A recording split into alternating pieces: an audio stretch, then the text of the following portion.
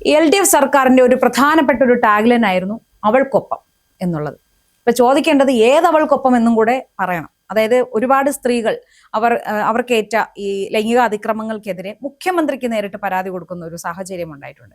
അപ്പൊ അത് സെലക്റ്റീവായിട്ട് മാത്രമാണ് മുഖ്യമന്ത്രി പലതിലും നടപടിയെടുക്കാൻ നിർദ്ദേശിച്ചിട്ടുള്ളത് എന്നാണ് ഇപ്പോൾ മനസ്സിലാക്കാൻ സാധിക്കുന്നത്. ഒരു ഡോക്ടർ ആശ ആച്ചി ജോസഫ് എന്ന് പറയുന്ന ഒരു സിനിമാ പ്രവർത്തകയും IFFK ആ സമയത്തുണ്ടായ ഒരു ഇഷ്യൂ ആണ്. അവർ കുറച്ച് നാളായിട്ട് അവരിങ്ങനെ സമൂഹ മാധ്യമങ്ങളിലും ചാനലിലും എല്ലാം വരെ അവർ ആവശ്യപ്പെട്ടുകൊണ്ടേയിരിക്കുന്നു അവർക്ക് നീതി ലഭിച്ചിട്ടില്ല എന്ന് പറഞ്ഞിട്ട്. അതിനിതുവരെ ഒരു നടപടിയും ഉണ്ടായിട്ടില്ല. എന്നിട്ടും റോഡുകളിലെല്ലാം വലിയ ഫ്ലക്സ് വെച്ചിട്ടുണ്ട്, മുഖ്യമന്ത്രി പിണറായി വിജയന്റെ ഫോട്ടോയും അതിന്റെ ഇപ്പുറത്ത് അവൾക്കൊപ്പം എന്നും. അത് കാണുമ്പോൾ ശരിക്കും പറഞ്ഞ നമുക്ക് ചിരി വരുന്നുണ്ട്. ഏതാ കാനഡയിൽ ഇരുന്നായാലും ഒരു മെയിൽ വഴി പരാതി അയച്ചാൽ നടപടിയെടുക്കും. ആർക്കെതിരെയാണെങ്കിൽ അവരുടെ ശത്രുക്കൾക്കെതിരെ, അവർക്ക് ആരെങ്കിലും ഈ CPM-കാരെങ്കിലും ടാർഗറ്റ് ചെയ്തിട്ടുണ്ടെങ്കിൽ അവർക്കെതിരെ പരാതി കൊടുത്താൽ അത് കൃത്യമായി നടപടിയെടുക്കും. അല്ലാതെ വെറുതെ ഒരു സ്ത്രീ കൊണ്ടുപോയി ആർക്കെങ്കിലും, പ്രത്യേകിച്ച് ഏതെങ്കിലും CPM-കാരനെതിരെ പരാതി കൊടുത്താൽ, അതിനി പാർട്ടിക്കാരി അല്ലാത്ത സ്ത്രീ ആയാലും ശരി, പാർട്ടിയിലുള്ളൊരു സ്ത്രീ ആയാലും ശരി, പാർട്ടിക്കാരൻ, അതായത് പാർട്ടിക്ക് വേണ്ടപ്പെട്ടവൻ, അത്യാവശ്യം കള്ളത്തരവും ഉടായ്പകളൊക്കെ ഉള്ള ഒരു പാർട്ടിക്കാരൻ, അവരാണല്ലോ ഇപ്പൊ കറകളഞ്ഞ സഖാവ് എന്ന് പറയാൻ പറ്റുന്നത്, അങ്ങനെയുള്ള ആർക്കെങ്കിലും എതിരെ പരാതി കൊടുത്താൽ ആ പരാതിക്ക് ഇവിടെ യാതൊരു വിലയും ഉണ്ടാവില്ല, അവൾക്കൊപ്പം എന്ന് പറയാനും ഇവിടെ ആരും ഉണ്ടാവില്ല എന്നാണ് ഇപ്പൊ ഈ അടുത്ത കാലത്തെ സംഭവ വികാസങ്ങളെല്ലാം മനസ്സിലാക്കാൻ സാധിക്കുന്നത്. ഈ ഡോക്ടർ ആശ എവിടെയെല്ലാം അവരുടെ അഭിപ്രായങ്ങൾ പറഞ്ഞു, അവരനുഭവിച്ച ആ ബുദ്ധിമുട്ടുകൾ പറഞ്ഞു. കാരണം സേഫായ ഒരു, അതായത് അത്യാവശ്യം പവറിലിരിക്കുന്ന ഒരാൾ, ഔദ്യോഗികപരമായി പവറിലിരിക്കുന്ന ഒരാൾ ആ അധികാരം ഉപയോഗിച്ചുകൊണ്ട് ഒരു സ്ത്രീയെ ഉപദ്രവിക്കുന്ന ഒരു സിറ്റുവേഷനിലൂടെയാണ് അവർ കടന്നുപോയത്. അവരുടെ വീട്ടിൽ അവർ പറഞ്ഞപ്പോൾ അവർ പറഞ്ഞത്, വീട്ടുകാർ ചോദിച്ചത് പരാതി കൊടുക്കുന്നില്ലേ എന്നാണ്. എന്നിട്ട് അവർ പരാതി കൊടുത്തിട്ട് അവർക്ക് നീതി കിട്ടിയോ? മാധ്യമങ്ങളിൽ ഈ വാർത്ത വരുന്നതുവരെ FIR പോലും അവർ ഇട്ടിട്ടില്ലായിരുന്നു.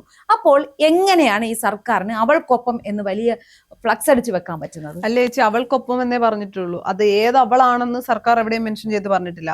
അല്ലെങ്കിൽ കേരളത്തിൽ അനുഭവിക്കുന്ന, അല്ലെങ്കിൽ ഈ മോശം എക്സ്പീരിയൻസ് ഉണ്ടാവുന്ന എല്ലാ സ്ത്രീകൾക്കൊപ്പമാണെന്ന് പറഞ്ഞിട്ടില്ല. പറയുമ്പോൾ സ്ത്രീപക്ഷ നിലപാടാണ്. നമുക്കറിയാം CPM-ന്റെ കയ്യിൽ തന്നെ അവർക്ക് സ്വന്തമായിട്ട് തീവ്രത അളക്കാനൊക്കെ മെഷീനുള്ള ആളുകളാണ്. അപ്പൊ അവര് തീവ്രതയൊക്കെ അളന്ന് അവർക്കറിയാം, അല്ലെങ്കിൽ മുഖ്യമന്ത്രിക്ക് അറിയാം ആർക്കൊപ്പം നിൽക്കണം, ആരാണ് ഇര എന്ന് തീരുമാനിക്കുന്നത്, അല്ലെങ്കിൽ ആരാണ് യഥാർത്ഥ അതിജീവിത എന്ന് തീരുമാനിക്കുന്നത് മുഖ്യമന്ത്രിയും സർക്കാരുമാണ്. ഇപ്പൊ എനിക്കൊരു ബാഡ് എക്സ്പീരിയൻസ് ഉണ്ടായിട്ടുണ്ടെങ്കിൽ ഞാനല്ല പറയേണ്ടത്, മുഖ്യമന്ത്രിയും അവരുടെ ടീമും തീരുമാനിക്കും യഥാർത്ഥ ഇര ഇവളാണോ അതിജീവിതയാണോ എന്നൊക്കെ, അല്ലെങ്കിൽ യഥാർത്ഥ അതിജീവിത ഇതാണോ എന്നൊക്കെ. ചേച്ചി, അവൾക്കൊപ്പമാണ്, സ്ത്രീപക്ഷ നിലപാടാണ്. ഈ പറയുന്ന ലൈംഗിക അതിക്രമ കേസുകളെല്ലാം മാറ്റിവെക്കാം. യഥാർത്ഥ അതിജീവിത എന്ന് പറയുന്നത്, ഞാൻ വിശ്വസിക്കുന്നത് സെക്ഷലി അബ്യൂസ് ചെയ്യപ്പെടുകയോ അല്ലെങ്കിൽ സെക്ഷൽ റേപ്പ്, ഇത് മാത്രമല്ല. ഓക്കെ, അവരെല്ലാം അതിജീവിതമാരാണ്, ജീവിക്കാൻ വേണ്ടി പൊരുതുന്ന എല്ലാവരും അതിജീവിതമാരല്ലേ. അങ്ങനെയാണെങ്കിൽ എനിക്ക് തോന്നുന്നു കേരളത്തിൽ 60% സ്ത്രീകളും അതിജീവിതമാരാണ്. അതവര് ജീവിക്കാൻ വേണ്ടി പോരാടുന്നു. നമുക്കറിയാം, ഇപ്പം ആരോഗ്യ രംഗത്ത് തന്നെ ഒരുപാട് സ്ത്രീകൾ ഈ സർജറി കഴിയുമ്പോൾ നൂല് വയറ്റിൽ വെച്ച് കെട്ടുക, അല്ലെങ്കിൽ കത്രിക വയറ്റിൽ വെച്ച് മറക്കുക, ചികിത്സാ പിഴവെന്ന് തന്നെ പറയാം. കൈ നഷ്ടപ്പെട്ട ഒരു കുട്ടി, നമുക്ക് ആ കുട്ടിയെ മാത്രം എടുക്കാം. യഥാർത്ഥ അതിജീവിത ആരായിരുന്നു? ആ പെൺകുട്ടിയായിരുന്നില്ലേ? ആ കുട്ടിയായിരുന്നില്ലേ?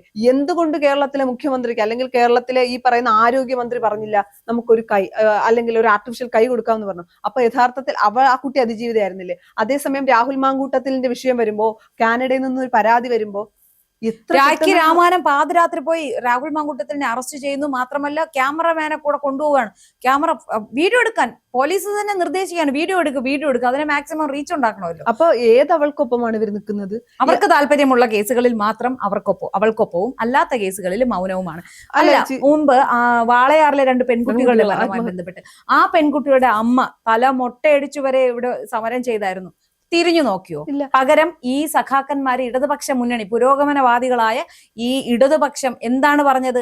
ആ അമ്മയുടെ സ്വഭാവശുദ്ധി അളക്കുകയായിരുന്നു അന്ന് ഇവര്, ഇല്ലേ? ആ കുട്ടികളുടെ മരണ കാരണം ഈ അമ്മയുടെ ദുർനടത്തെയാണെന്ന് പറഞ്ഞ് ഫലിപ്പിക്കാൻ ഇവർ ഒരുപാട് ശ്രമിച്ചിരുന്നു. പകരം ഇവരുടെ ഈ അവൾക്കൊപ്പം എന്ന് പറയാൻ അന്ന് ഇവരുണ്ടായിരുന്നോ? ഇല്ല ചേച്ചി, അവൾക്കൊപ്പം എന്ന് പറയുമ്പോ ഏവൾക്കൊപ്പം, അല്ലെങ്കിൽ ഏതവൾ എന്ന് ചോദിക്കേണ്ട അവസ്ഥയാണ്.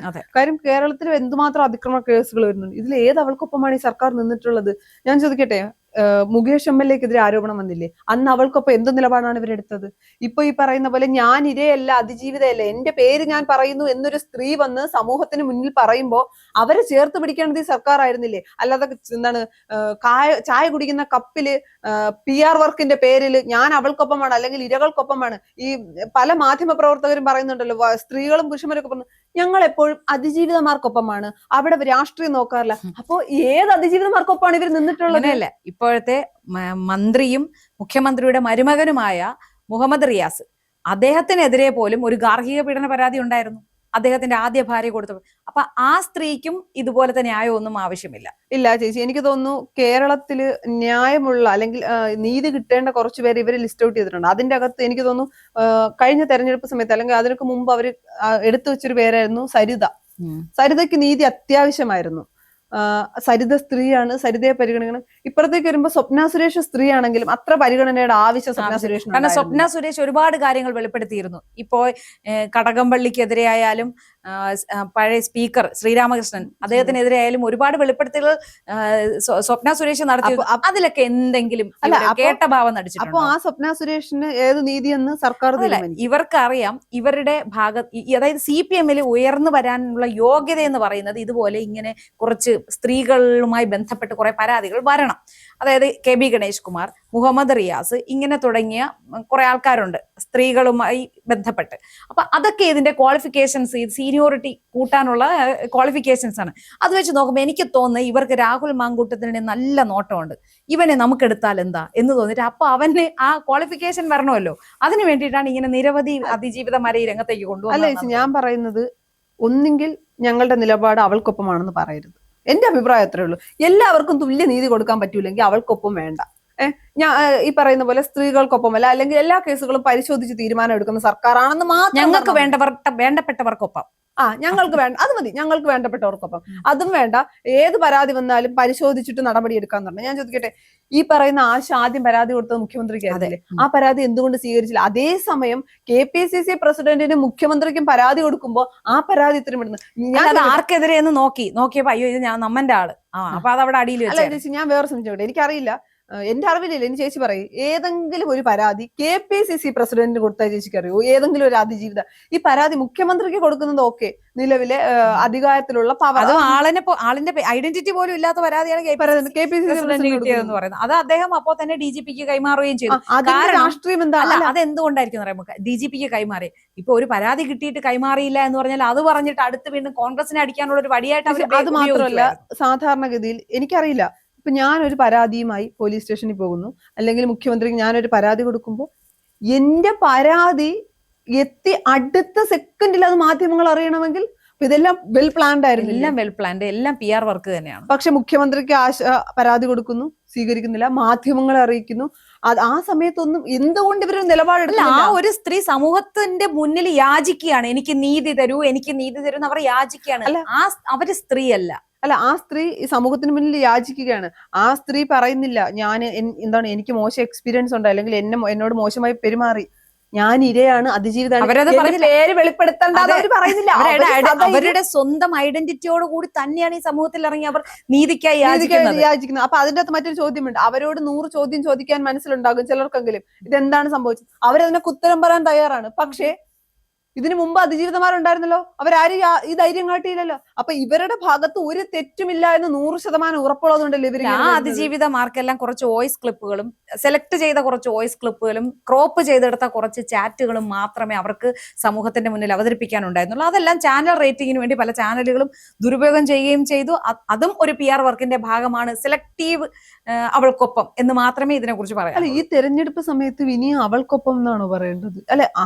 അല്ലെങ്കിൽ ഇനിയിപ്പം എല്ലാ ഇതിനൊപ്പം ചേർക്കണം, ഏതവൾക്കൊപ്പമാണെന്ന് കൂടി സർക്കാർ പറയുന്നത്. അവൾക്കൊപ്പം, ഏതവൾക്കൊപ്പം ക്വസ്റ്റ്യൻ മാർക്ക്. അല്ലാതെ പിന്നെ ഇപ്പൊ എനിക്ക് തോന്നുന്നു ഇനിയിപ്പോ സമയം എടുക്കുന്നതെന്ന് വെച്ചാൽ തീവ്രത അളക്കണം. തീവ്രത കൂടിയ പീഡനം, എന്തായാലും ഇത് തീവ്രത കുറഞ്ഞ പീഡനമാണ്. അതിപ്പോ അളക്കുന്നതിന് മുന്നേ ഞാൻ പറയുന്നു ഈ പീഡനത്തിന് തീവ്രത കുറവാണ്. ഇനിയിപ്പോ അളന്നു കഴിയുമ്പോ അവരെന്ത് പറയും? ഇതേ കാര്യമായിരിക്കും പറയാനുള്ളത്. അപ്പോ CPM തീവ്രത അളന്നാണ് ഇനി മുതൽ പരിഗണിക്കുന്നെങ്കിൽ അത് CPM അങ്ങനെ ചെയ്യണ്ട. മുഖ്യമന്ത്രി ഒരു ടീമിനെ ഏർപ്പാടാക്കട്ടെ തീവ്രത, അതായിരിക്കും കുറച്ചുകൂടി ബെറ്റർ.